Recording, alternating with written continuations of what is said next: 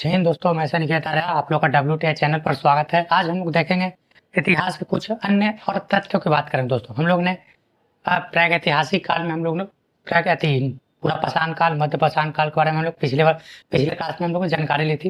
जैसा कि हम लोग ने देखा था किस तरह से इतिहास का विकास हो रहा था पूरा पाषाण काल में। औजार के जो साइज थे बहुत बड़े मतलब बहुत बड़े थे, ठीक है। उसके बाद मध्य पाषाण में आते आते क्या हुआ कि औजार थोड़ा सा छोटा हुआ, कटिंग किया गया, ठीक है, ताकि शिकार करने में आसानी हो।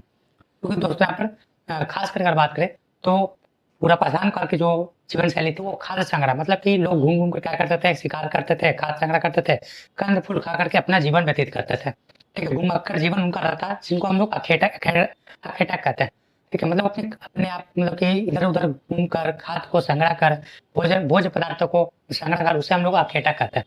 आगे में मध्य पाषाण में देखे क्या कि धीरे धीरे आकर क्या हुआ कि खाद्य संग्रह से होकर मतलब कि लोग पशुपालन की ओर मूव करते गए, मतलब जीवन यापन उसी तरह का था, ठीक है। मतलब कि क्या बोलते हैं कि घुमाक्कड़ जीवन, खाद्य संग्रह करना, लेकिन साथ में एक पालतू जानवर को भी पालतू बनाना शुरू करते हैं। वो खासकर सबसे पहले किसको बनाते हैं? कुत्ता को, ठीक है। इसका जो प्रमाण है दोस्तों एमपी के आजमगढ़ से मिलता है, ठीक है। तो हम लोग देखेंगे कि नवपाषाण काल दोस्तों, ठीक है, हम लोग कालखंड देखे थे, ठीक है, कि एक जर्नलिस्ट है जिनका नाम था लुब्बक। लुब्बक ने क्या किया कि प्राक-इतिहास काल को औजार के आधार पर क्या किया कि 3 भाग में बाँट दी, पूरा पाषाण, मध्य पाषाण, नवपाषाण। हमने पूरा पाषाण को भी 3 भाग में बाँट कर देखा औजार के आधार पर, ताकि और साक्ष्य के जगहों के आधार पर, निम्न पूरा पाषाण, मध्य पूरा पाषाण और उच्च पूरा पाषाण। अब हम लोग देखेंगे दोस्तों यहाँ पर नवपाषाण काल।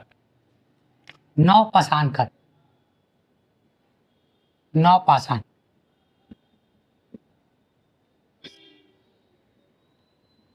जिसे हम लोग दोस्तों इसको हम लोग नियोलिथिक कहते हैं। नवपाषाण काल जिसे हम लोग नियोलिथिक कहते हैं, नियोलिथिक एज भी हम लोग कहते हैं, जिसे हम लोग नवपाषाण काल कहा जाता है, ठीक है। अगर पूछा जाए दोस्तों कि अगर इसका कालखंड की बात करें, इसके कालखंड कहां से कहां तक आते हैं? कालखंड का दोस्तों 7000 से 3000 BC तक के आते हैं दोस्तों, ठीक है, नवपाषाण काल, ठीक है। यहाँ पर देखें क्या दोस्तों इसका जीवन काल, सबसे पहला मतलब कि इसका जीवन यापन की बात करें, यहाँ पर जीवन यापन दोस्तों जैसे कि हम लोग देख रहे थे कि पूरा पाषाण काल में घुमक्कड़ जीवन था, खाद्य संग्रह करते थे। मध्य पाषाण काल में भी थोड़ा बहुत था, लेकिन साथ में कुत्ता को पालतू बनाना शुरू किए, थोड़ा बहुत अस्थायी जीवन शुरू हुआ। यहाँ देखते हैं नियोलिथिक में पूर्ण रूप से अस्थायी जीवन व्यतीत करना शुरू करते हैं, पूर्ण रूप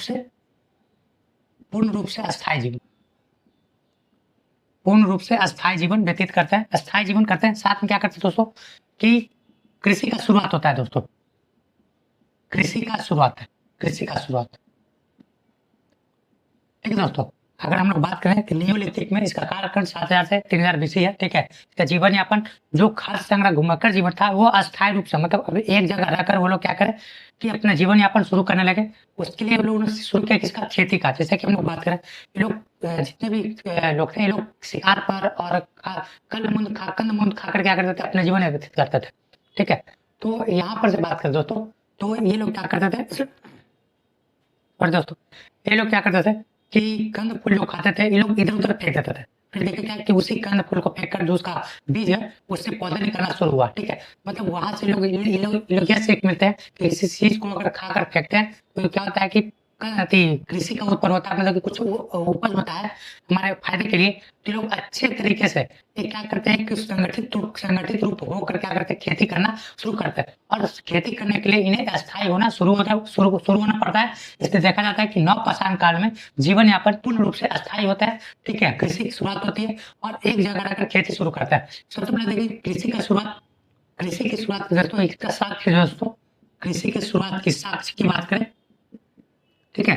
एक पाकिस्तान में एक जगह पर दोस्तों इसको बोलते हैं मेहरगढ़। पाकिस्तान का एक जगह दोस्तों मेहरगढ़ में कृषि का सबसे पहला शुरुआत किया था। मतलब कि अगर बात किया जाए तो अभी तक में अगर हम लोग बोले तो सबसे पहले कृषि जो है मेहरगढ़ में किया गया। मेहरगढ़ में कहा? सुलेमान और कीरथर पहाड़ी, सुलेमान और कीरथर पहाड़ी, ठीक है दोस्तों। अगर बात करें तो कृषि क्या, जैसे कि ये लोग अपना अस्थायी जीवन व्यतीत कर रहे थे। एक निर्णायक मोड़ आता है नवपाषाण काल में, 2 निर्णायक मोड़ आते हैं। एक होते कृषि की शुरुआत लगभग 7000 बीसी से शुरू हो जाती है, जिसके कारण शुरू हो जाता है क्या चीज़, नवपाषाण काल, ठीक है। हम लोग थोड़ा-सा और आगे देखेंगे दोस्तों, मतलब कि 3000 बीसी के बाद एक और युग आता है जिसको हम लोग ताम्रपाषाण युग कहते हैं। वो नवपाषाण का ही नवपाषाण काल का ही एक भाग है जिसे हम लोग ताम्रपाषाण युग कहते हैं, जहाँ पर लोग क्या करते हैं, यहाँ पर तांबा का खोज हो चुका होता है, वहाँ पर औजार के रूप में तांबा का प्रयोग करना शुरू करते हैं। हम लोग उसके आगे देखेंगे। नवपाषाण काल में जीवन स्थिर रहता है, कृषि का शुरुआत करते हैं। कृषि का साग जो मेहरगढ़, ये पाकिस्तान में मिलता है दोस्तों। पाकिस्तान के मेहरगढ़, जहाँ सुलेमान और खितर पहाड़ी दोस्तों, उसी पर सबसे पहले कृषि का परिमाण मिलता है, ठीक है। वो कब से शुरू होता है, 7000 बीसी से। कहा जाता है कि कृषि सबसे पहले किस चीज का खेती करते हैं दोस्तों, तो यहाँ पर सबसे पहले कृषि जो करते हैं यहाँ पर, तो गेहूं का। इसका करेंगे दोस्तों, गेहूं का, जौ का, ठीक है दोस्तों। अगर यहाँ पर बात करें, सबसे पहले कृषि की शुरुआत गेहूं से शुरू होती है और जौ से। अगर बात करें कृषि थी, गेहूं का साग से, मेहरगढ़ से मिलता है, लेकिन जौ का साग दोस्तों ईरान से मिलता है दोस्तों। जौ का साग दोस्तों ईरान से प्राप्त होता है। हम लोग थोड़ा सा और बात को देखें यहाँ पर, तो नवपाषाण काल में दोस्तों कई सारे, मतलब कि नवपाषाण काल को अगर हम पढ़ेंगे यहाँ पर, तो इसको 3 खंड में बांट जाता है दोस्तों, ठीक है। इसको कितने खंड में, 3 खंड में। अच्छा, एक चीज और देखें यहाँ पर, कहा जाता है कि नवपाषाण काल में जो औजार थे, औजार मुख्यतः 2 चीज के लिए यूज करते थे, एक शिकार करने के लिए, दूसरा खेती करने के लिए, ठीक है। तो देखें क्या कि नवपाषाण काल में औजार और बेहतरीन ढंग से इनको, मतलब कि सज्जित किया गया। जब बेहतरीन ढंग से सज्जित किया गया, तो कृषि भी बहुत बेहतरीन ढंग से किया जाएगा, साथ ही शिकार भी बहुत बेहतरीन ढंग से किया जाता है, ठीक है। क्योंकि कभी-कभी क्या होता था कि पूरा पाषाण, मध्य पाषाण काल में उनके जो पुरुष, जो लोग रहते थे, अपना जीवन व्यतीत करते थे, उन लोग कहीं दूसरी जगह, कहीं दूसरी जगह गुफा में रहते थे, ठीक है। तो वहाँ से क्या करते थे कि जानवर उनके बच्चों को उठा कर लेके चले जाते थे। तो उसकी मतलब कि उससे बचाने के लिए अपने आस-पास आग का मतलब कि आग की शुरुआत किए, उसके बाद पत्थर का शुरुआत किए, पत्थर का प्रयोग करना शुरू किए। तो कहा जाता है कि आग का प्रचलन रूप से, मतलब आग का प्रचलन पूर्ण पाषाण काल में देखा गया, ठीक है। उसका पूर्ण रूप से प्रचलन मध्य पाषाण काल में देखा गया, ठीक है। अब यहाँ पर आग का पूरी रूप से प्रचलन किया जाता है। आग में क्या करने के लिए, देखिए क्या कि जो हम लोग मांस खाते थे, वो कच्चे खाते थे वो लोग, ठीक है। लेकिन अब मांस को देखिए जब पकाकर, मतलब कि अगर देखिए जहाँ पर जंगलों में आग लग गई थी, तो वहाँ पर जानवर, इंसान सब लोग मर गए थे, ठीक है। तो वहाँ पर क्या किया कि वो पके हुए जानवर को खाए, तो उसको टेस्ट बहुत अच्छा लगा। उससे उन लोगों ने यह सीखा कि हम लोग को अब खाना को क्या करना, पका कर खाना चाहिए, मतलब जानवर को पका करके खाना चाहिए दोस्तों, ठीक है। देखिए क्या कि जो जानवर का शिकार करते थे, वो औजार का, मतलब कि सिंपल दोस्तों की बात करें, औजार कैसा था, मेगालिथिक, मेगालिथिक औजार कैसा रहेगा दोस्तों, मेगालिथिक। हम लोग यहाँ पर ध्यान देंगे कि पूरा पाषाण काल में जो औजार था, बहुत बड़ा-बड़ा भद्दा था, ठीक है। इसका कोई साइज़ नहीं, मतलब जैसे मन तैसे उसको यूज़ करता था, ठीक है। मध्य पाषाण में आते-आते क्या हुआ कि उसमें कटिंग किया गया, उसका आकार थोड़ा-सा छोटा गया, उसको नुकीला बनाया गया, ताकि दूर से उसके खेत कर रहा है, दूर से शिकार करने पर आसानी से शिकार किया जा सके, ठीक है। नेक्स्ट देखिए, औजार देखें तो नियोलिथिक में, तो मेगालिथिक, उसका औजार का जो स्ट्रक्चर था, उसको मेगालिथिक कहते हैं। जैसे मतलब बहुत छोटा, मतलब उसका एकदम नुकीलादार। साथ में इसका एग्जाम्पल की देखा दोस्तों, तो कुल्हाड़ी इसका सबसे बेहतरीन एग्जाम्पल है। औजार ग्रुप में औजार कैसा था, मेगालिथिक टाइप का औजार हुआ करता था। हम लोग थोड़ा सा और इसके आगे देखेंगे, नवपाषाण काल में कुछ जगहों के बारे में, ठीक है। इसे हम लोग 3 खंड में बांट कर देखेंगे दोस्तों, ठीक है। देखते हैं यहाँ पर, आप लोग इसका स्क्रीनशॉट लेंगे, फिर हम लोग आगे बढ़ेंगे।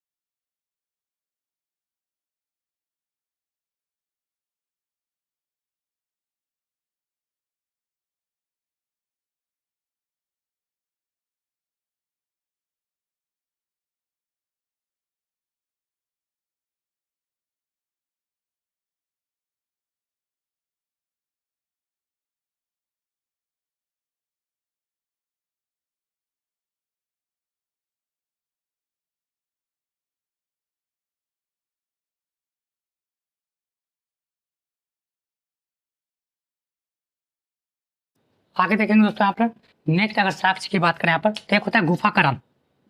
गुफा कराल, गुफा कराल, ठीक है। जम्मू कश्मीर में ही एक और जगह दोस्तों जिसको बोलते हैं गुफा कराल। इसका अर्थ होता है यहाँ पर कुम्हार की गुफा। कुम्हार, कुम्हार की गुफा, कुम्हार की गुफा, कुम्हार की गुफा दोस्तों। यहाँ पर लोग दोस्तों यहाँ पर दोनों तरह के कार्य करते थे। जैसे कि गर्तावास में लोग सिर्फ अस्थायी निवास करते थे, कृषि करते थे, ठीक है। यहाँ से कृषि के साक्ष्य मिले। यहाँ से पालतू जानवर मतलब कि पशुपालन के साक्ष्य मिले दोस्तों। पशुपालन, पशुपालन के साक्ष्य मिले। और गुफा कराल से दोस्तों जिसको हम लोग गुफा, कुम्हार की गुफा या गुफा कराल कहते हैं, जम्मू कश्मीर में पड़ते हैं। यहाँ से हम लोग को कृषि, कृषि और पशुपालन, कृषि और पशुपालन, कृषि और पशुपालन के, कृषि और पशुपालन दोनों के साक्ष्य मिले दोस्तों, ठीक है। हम लोग फिर से देखेंगे यहाँ पर जैसे कि नियोलिथिक कालखंड के दोस्तों यहाँ पर श्रीनगर में कुछ जगह है दोस्तों जहाँ से नवपाषाण कालिक अवशेष मिले। इसमें सबसे पहला बात करें गर्तावास, इसका अर्थ होता है गड्ढा घर, ठीक है। यहाँ से कृषि के साक्ष्य मिले, ठीक है। गड्ढा घर से कृषि के साक्ष्य मिले दोस्तों। जैसा कि नवपाषाण काल में धीरे धीरे लोगों में एक सोच विकसित हुई। सोच विकसित होने के बाद नवपाषाण काल के लोग क्या किए कि अपना जीवन व्यतीत करने के लिए दो चीज पर निर्भर हुए, एक कृषि पर या फिर पशुपालन पर, ठीक है दोस्तों। हम लोग एक निर्णायक मोड़ देखेंगे। इसके बाद का एक और साक्ष्य जिसको बोलते हैं ताम्रपाषाणी काल। तो नवपाषाण काल का ही एक भाग है जिसको बोलते हैं ताम्रपाषाणिक, मतलब कि तांबा के साथ मतलब औजार के रूप में, मतलब कि पत्थरों के साथ तांबा का ही प्रयोग होना शुरू होता है। इसे हम लोग ताम्रपाषाण देखेंगे यहाँ पर। अभी हम लोग देख रहे हैं यहाँ पर इसी के कुछ साथ उसके हम लोग बढ़ोतरी देखेंगे, ठीक है। जैसा कि हम लोग बात करें यहाँ पर दो चीज पर निर्भर होते हैं, एक कृषि दूसरा पशुपालन। तो गर्तावास में लोग कृषि करते थे, ठीक है। बूढ़ में जिससे हम लोग ब्रिज का पेड़ करते हैं दोस्तों, यहाँ पर पशुपालन किया जाता है, खासकर पालतू जानवर को। पालतू जानवर कौन था दोस्तों? कुत्ता। मतलब यहाँ पर कब्र में, ठीक दोस्तों, कब्र में मतलब कि कुत्ते को कब्र में कुत्ते को अपने मालिक के साथ दफनाया जाता था, ठीक है। ऐसा क्वेश्चन पूछा जाता है तो बूढ़ मतलब थी नवपाषाण काल के उस जगह का नाम बताए जिसमें मतलब कि कब्र से कुत्ते के साथ मिले, ठीक है। मतलब कि अपने मालिक के साथ कुत्ते को दफनाया जाता था, वो जगह है बूढ़ दोस्तों, ठीक है। गड्ढा घर जिसका यहाँ से क्वेश्चन पूछा जाता है गर्तावास, गर्तावास किसका प्रमाणिक काल है? तो वो है नवपाषाणी काल का, जिसका अर्थ होता है गड्ढा घर। यहाँ से कृषि के साथ मिले। गुफा काल की बात करें जिसे हम लोग कुम्हार की गुफा कहते हैं, यहाँ से कृषि और पशुपालन दोनों के साक्ष्य मिले दोस्तों। आप लोग इसे नोट करेंगे या फिर स्क्रीनशॉट लेंगे। इससे हम लोग थोड़ा सा और आगे बढ़ेंगे दोस्तों, ठीक है। दोस्तों हम लोग थोड़ा सा और आगे बढ़े यहाँ पर। तो यहाँ पर एक चीज और देखेंगे यहाँ पर कि नवपाषाण काल में, ठीक है, जिसे कहा जाता है कि एक चावल के साक्ष्य मिले दोस्तों, ठीक है। नवपाषाण काल में पूछा जाता है कि चावल के साक्ष्य कहाँ से मिले, ठीक है। चावल के साक्ष्य, चावल के साक्ष्य, ठीक है दोस्तों। चावल के साक्ष्य दोस्तों यहाँ पर से ये कोल्टीवा से, यूपी के कोल्टीवा से, यूपी के कोल्टीवा नामक एक जगह दोस्तों। ये अक्सर एग्जाम में क्वेश्चन पूछा जाता है कि चावल के साक्ष्य कहाँ से मिले? यूपी के कोल्टीवा से, ठीक है। उसी तरह से अगर देखें यहाँ पर तो एक और नवपाषाण काल का ही एक और जगह जिसको हम लोग मेहरगढ़ कहते हैं। मेहरगढ़ जो पाकिस्तान में पड़ता है दोस्तों, वहां से कृषि के साक्ष्य मिले, सुलेमान और किरथर पहाड़ी। तो हम लोग ने देखा था कि मेहरगढ़ में एक पहाड़ी है जिसका नाम है सुलेमान और किरथर, वहां पर गेहूं के साक्ष्य मिले दोस्तों। और ईरान से जौ के साक्ष्य मिले। हम लोग यहाँ पर एक और कुछ तथ्य देखे दोस्तों यहाँ पर, ठीक है। यहाँ पर हम लोग अंतिम पड़ाव में यहाँ पर देखे क्या कि मानव का विकास, ठीक है। मानव का विकास दोस्तों, मानव का विकास, ठीक है, दक्षिण अफ्रीका से होती है। मतलब मानव सभ्यता का विकास दोस्तों दक्षिण अफ्रीका से होते दोस्तों, ठीक है। ये लोग क्या करते हैं कि दक्षिण अफ्रीका में मतलब कि सबसे पहले मानव का उत्पन्न होता है आदि मानव के रूप में। और धीरे धीरे अपने भोजन के मतलब कि खोज में मतलब कि इधर उधर भटकते क्या होता है दोस्तों, ये भारत में भी पहुंच आते हैं, ठीक है। मतलब बहुत सारे लोग मतलब कि फैल जाते हैं मतलब कि इस तरह से। और वो आदि मानव जिसको हम लोग होमो सेपियंस कहते हैं, आदि मानव को दोस्तों इसका वैज्ञानिक नाम क्या है? होमो सेपियंस, आदि मानव, ठीक है, जो हम लोग का पूर्वज है दोस्तों, ठीक है, जिसका वैज्ञानिक नाम होमो सेपियंस कहा जाता है, होमो सेपियंस, ठीक है दोस्तों, होमो सैपियंस कहते हैं उसको, आदि मानव को। नेक्स्ट और थोड़ा सा बात देखना हो तो मानव का विकास, मतलब कि मानव का जो उद्भव दोस्तों वो दक्षिण अफ्रीका से होता है। दक्षिण अफ्रीका से क्या होता है कि पूरे पूरे भारत पर, मतलब पूरे विश्व में क्या करते हैं, फैलना शुरू करते हैं। इसका एक पड़ाव कहाँ पहुंचता है, भारत की ओर, जिसमें क्या होता है कि इतिहास को 3 खंड में बांटने का प्रयास करते हैं, पूरा पाषाण, मध्य पाषाण, नव पाषाण, वो जीवन यापन के अकॉर्डिंग और कालखंड के अकॉर्डिंग।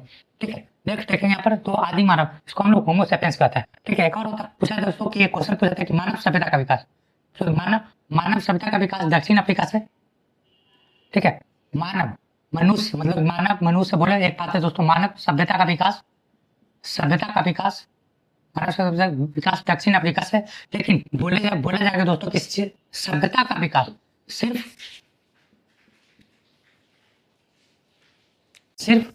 सभ्यता का विकास, सभ्यता का विकास की बात करो दोस्तों, तो ये होता है सिर्फ और सिर्फ भारत से। ठीक है, भारत में कहा सिंधु घाटी सभ्यता से हम लोग देखेंगे सभ्यता का विकास धीरे धीरे होता है। ठीक है, वहीं से कई सारे रूप निकल कर आते हैं, मेसोपोटामिया की सभ्यता, मिस्र की सभ्यता। ठीक है, और भी हम लोग सभ्यता देखेंगे दोस्तों यहाँ पर। तो यहाँ पर हम लोग देखते हैं कि सभ्यता का विकास भारत से, और मानव सभ्यता का विकास मतलब कि मानव का उत्पन्न दक्षिण अफ्रीका से होता है दोस्तों। ठीक है, हम लोग इसे थोड़ा सा और अध्ययन करेंगे थोड़ा सा यहाँ पर। तो एक चीज और यहाँ पर ध्यान देना दोस्तों, यहाँ पर कि हम लोग यहाँ पर औजार का प्रयोग कर रहे थे। ठीक है दोस्तों, मतलब कि पाषाण काल में इसे कहा जाता है कि औजारों का काल कहा जाता है, औजार मतलब कि पत्थरों का काल कहा जाता है, और जो औजार के रूप में पत्थर का प्रयोग करते थे।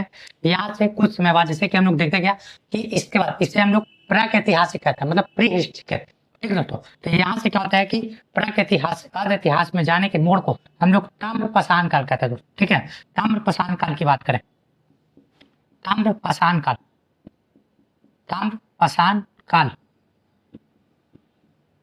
ठीक है, ताम्र पाषाण काल दोस्तों यह क्या है कि अर्ध इतिहास जिसे हम लोग सिंधु घाटी सभ्यता भी कहते हैं, और इसके पहले वाले जो कालखंड इसको बोलते हैं प्राक इतिहास। ठीक है दोस्तों, इसके बीच वाले जो खंड होते हैं इसे हम लोग ताम्र पाषाण कहते हैं दोस्तों, जिसका बोला जाता है कि प्राक इतिहास का जो कालखंड है वो 25 लाख से 12,000 दोस्तों, 25 लाख से 12,000 और 25 लाख से 3,000 और अर्ध इतिहास की बात करें दोस्तों, यहाँ से 2300 से या जो 1500 तक चलता है दोस्तों, 1500 नहीं 1700 लेंगे। ठीक है दोस्तों, 2350 से 1750 के कालखंड को हम लोग क्या करते हैं, अर्ध इतिहास कहते हैं दोस्तों। ठीक, लेकिन इसके बीच के खंड मतलब देखें यहाँ तो 2350 या 3,000, इसके बीच के खंड को लोग ताम्र पाषाण कहते हैं।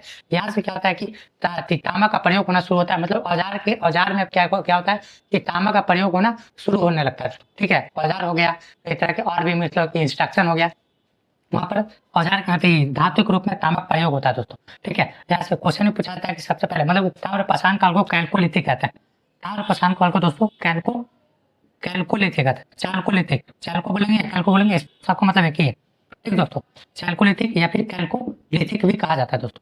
ठीक है, हम लोग इसको याद रखेंगे, यहाँ से क्वेश्चन पूछा जाता है कि ताम्र पाषाण को कैल्कोलिथिक भी कहते हैं, इसको हिंदी टर्म में भी पूछा जाता है कि ताम्र पाषाण को कैल्कोलिथिक भी कहता है दोस्तों। हम लोग थोड़ा सा ताम्र पाषाण काल के बारे में जानेंगे। ठीक है दोस्तों, आप लोग इसका स्क्रीनशॉट लेंगे, फिर हम लोग आगे बढ़ेंगे। हम लोग देखेंगे यहाँ पर ताम्र पाषाण युग, ताम्र पाषाण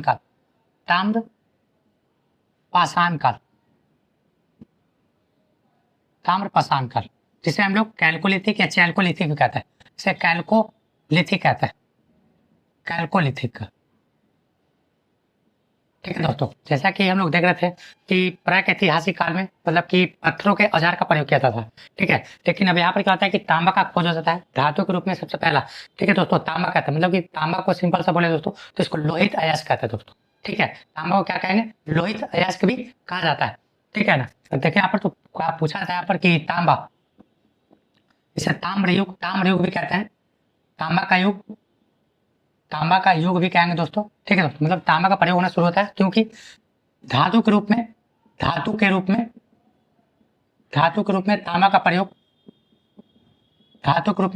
का प्रयोग होना शुरू होता है दोस्तों। तांबा का खोज पूछा था कि तांबा का खोज सबसे पहले कहाँ गया था, अभी वर्तमान समय में तांबा का खोज कहाँ था, राजस्थान के खेतड़ी में, राजस्थान के दोस्तों खेतड़ी में।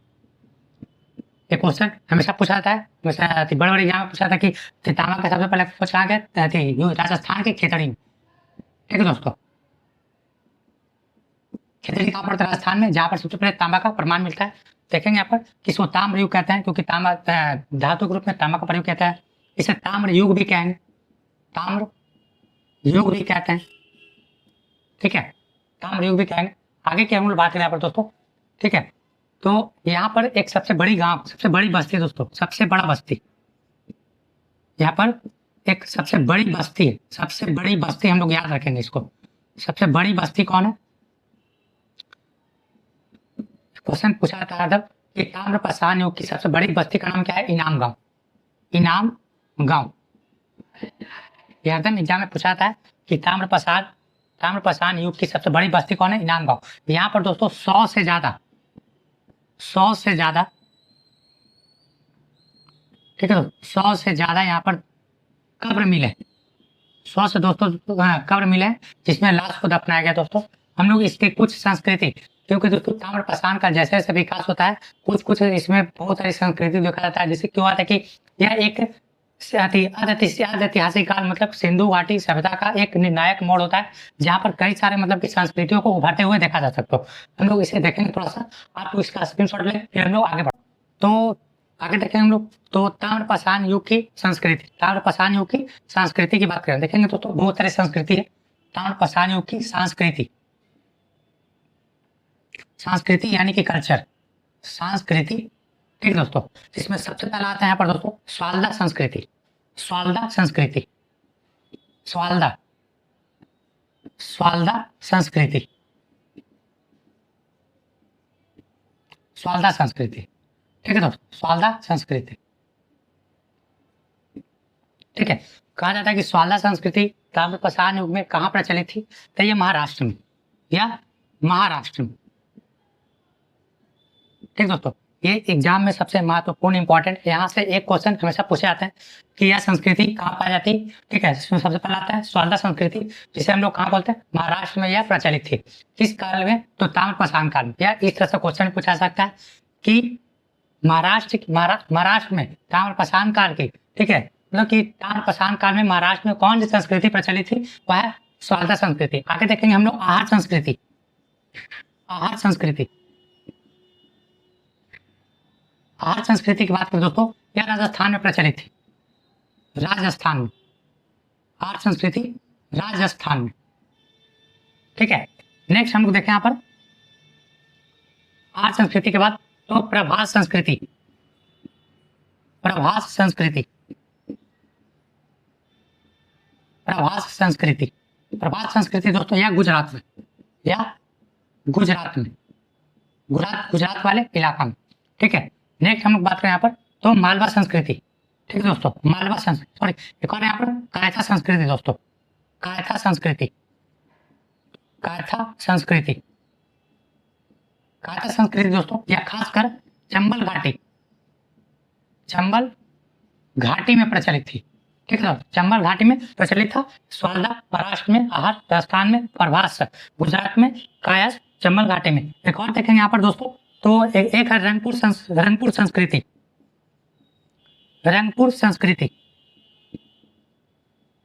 रंगपुर संस्कृति दोस्तों यह जो है खासकर ये भी गुजरात वाले हिस्से में प्रचलित थी, गुजरात में, ठीक है। नेक्स्ट देखेंगे यहाँ पर तो एक यहाँ पर दोस्तों मालवा संस्कृति।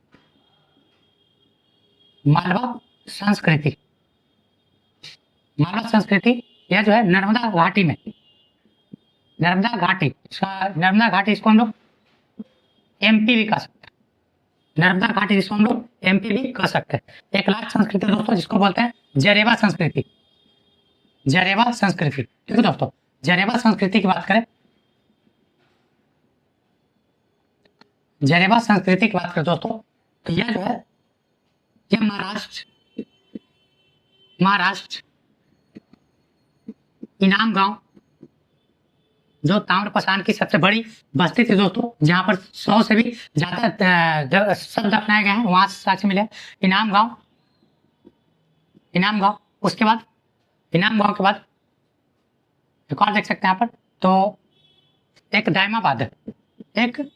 दायमाबाद क्या दोस्तों, यह सिंधु घाटी सभ्यता क्या है? प्रामाणिक काल है, जो कि हम लोग ताम्रपाषाण काल में देखेंगे, जहाँ से जरेवा संस्कृति मिलती है, ठीक है। हम लोग इसको याद करेंगे दोस्तों, ठीक है। देखिए यहाँ पर तो स्वाल्दा संस्कृति, ठीक है, इसे याद करने के मौसा, ठीक है, मौसा याद करेंगे दोस्तों। स्वाल्दा संस्कृति कहाँ पड़ती है? महाराष्ट्र में, ठीक है। आहार संस्कृति दोस्तों देखो आज से शुरू हो रहा है, से शुरू खत्म हो रहा है राजस्थान, जो राजस्थान में प्रचलित है, आहार संस्कृति राजस्थान में। ठीक है दोस्तों। प्रभास, यहाँ से एक प्रभु याद करेंगे दोस्तों। देखिए यहाँ पर जैसे पर आ रहा है, यहाँ से सॉरी प्रभास संस्कृति, यहाँ से प्रभु। ठीक है, प्रभु यहाँ पर देखें दोस्तों, यहाँ प्रभु, ये दोनों दोस्तों गुजरात में प्रचलित है दोस्तों। प्रभास संस्कृति और एक रंगपुर संस्कृति जो गुजरात में प्रचलित है। ठीक है, काय संस्कृति कहा जाता है कि चंबल घाटी में काली मिट्टी के सबसे ज्यादा प्रमाण मिले। ठीक है, तो काली मिट्टी सबसे ज्यादा मतलब फैला दोस्तों चंबल घाटी में। अगर बात करें तो काली मिट्टी सबसे ज्यादा दक्षिण भारत मतलब प्रायद्वीपीय भारत में पाए जाते हैं। चंबल घाटी के जो नदियां होती है दोस्तों, चंबल घाटी नदी में क्या होता है कि काली मिट्टी भी पाए जाते हैं। जो कहा जाता है काय संस्कृति, जब का से काला, का से काय संस्कृति, कायता संस्कृति याद करेंगे। नेक्स्ट है दोस्तों मालवा। मालवा दोस्तों खासकर एमपी में पड़ता है दोस्तों। मालवा एक 18 दोस्तों की एमपी में पड़ता है, उसको याद करने के। नर्मदा घाटी के आसपास जो संस्कृति पाई जाती थी ताम्रप्रसारण युग में, उसको मालवा संस्कृति कहते हैं। नेक्स्ट जरेबा संस्कृति। ठीक है, महाराष्ट्र इनामगांव और एक महाराष्ट्र नाम पर एक देमावत। हम लोग इसको याद करें दोस्तों, यह एग्जाम के लिए बहुत ही महत्वपूर्ण टॉपिक है, महत्वपूर्ण फैक्ट है दोस्तों। ठीक है, हम लोग मिलते हैं दोस्तों। आप लोग क्या करें, इससे ज्यादा लोगों तक शेयर करें। ठीक है, हम लोग मिलते हैं नेक्स्ट वीडियो में। अगले हम लोग नए टॉपिक के साथ हम लोग देखेंगे, अगले वीडियो में देखेंगे, अगले क्लास में यहाँ पर कि किस तरह से इतिहास विकास होता है और ऐतिहासिक काल में, जिसे हम लोग सिंधु घाटी सभ्यता के नाम से भी जानते हैं, इसका हम लोग गहन रूप से अध्ययन करेंगे। इसके बारे में हम लोग खंडन करेंगे, किस तरह से सिंधु घाटी सभ्यता विकसित होती है और किस तरह से सिंधु घाटी सभ्यता का पतन हो जाता है। फिर से क्या होता है कि इतिहास फिर से निर्णायक एक मोड़ लेती है और एक नया, पहले ग्रामीण सभ्यता आती है, उसके बाद यहाँ पर शहरी सभ्यता आती है। ठीक है दोस्तों, जैसे जैसे हम विकास करेंगे उस तरह से हम लोग अध्ययन भी करता चलेंगे। जय हिंद, जय भारत।